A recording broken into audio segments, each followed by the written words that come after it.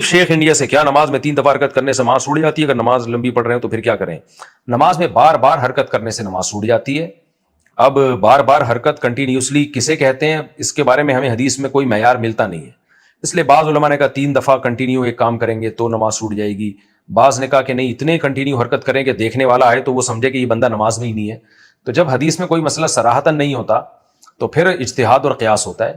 تو بعض لوگ کہتے ہیں 3 دفعہ حرکت کی جائے تو ٹوٹ جائے گی نماز، بعض کہتے ہیں نہیں کنٹینیوسلی اگر کئی بار حرکت کی جائے جس کو آپ خود سمجھیں کہ یہ بہت زیادہ ہو گئی ہے تو پھر نماز ٹوٹے گی۔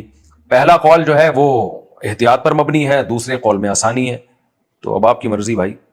بہتر یہی ہے کہ 3 دفعہ حرکت سے بہرحال اجتناب کریں، اگر بار بار حرکت کرنی ہے، کوئی خارش ہو رہی ہے تو تھوڑا سا کھجایا پھر تھوڑی دیر کھڑے رہ گئے، پھر ایک آدھ دفعہ کر لی، تاکہ کنٹینیوسلی بار بار حرکت نہ ہو، اور وہ بھی ضرورت کی حرکت ہے، بلا وجہ ہی ہل رہے ہوتے ہیں۔ ہمارے فرمایا کرتے تھے نماز میں نے بہت سے نمازیوں کو دیکھا ہے نماز سے پہلے آرام سے کھڑے ہوں گے، نماز کی نیت باندھتے ہی ہلنا شروع ہو جاتے ہیں۔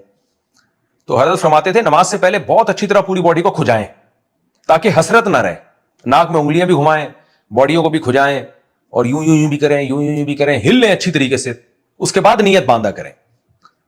آرام سے کھڑے ہوں گے اقامت میں بھی اور اس سے پہلے بھی بیٹھے ہوں گے، جیسے ہی نماز کی نیت باندھی وہ ہلنا شروع۔ تو یہ نماز کے تعظیم کے خلاف ہے۔ قوموا للہ قانتین، اللہ کہہ رہے تمیز سے کھڑے ہو جاؤ اللہ کے سامنے، خشوع و خضوع کے ساتھ کھڑے ہو جاؤ۔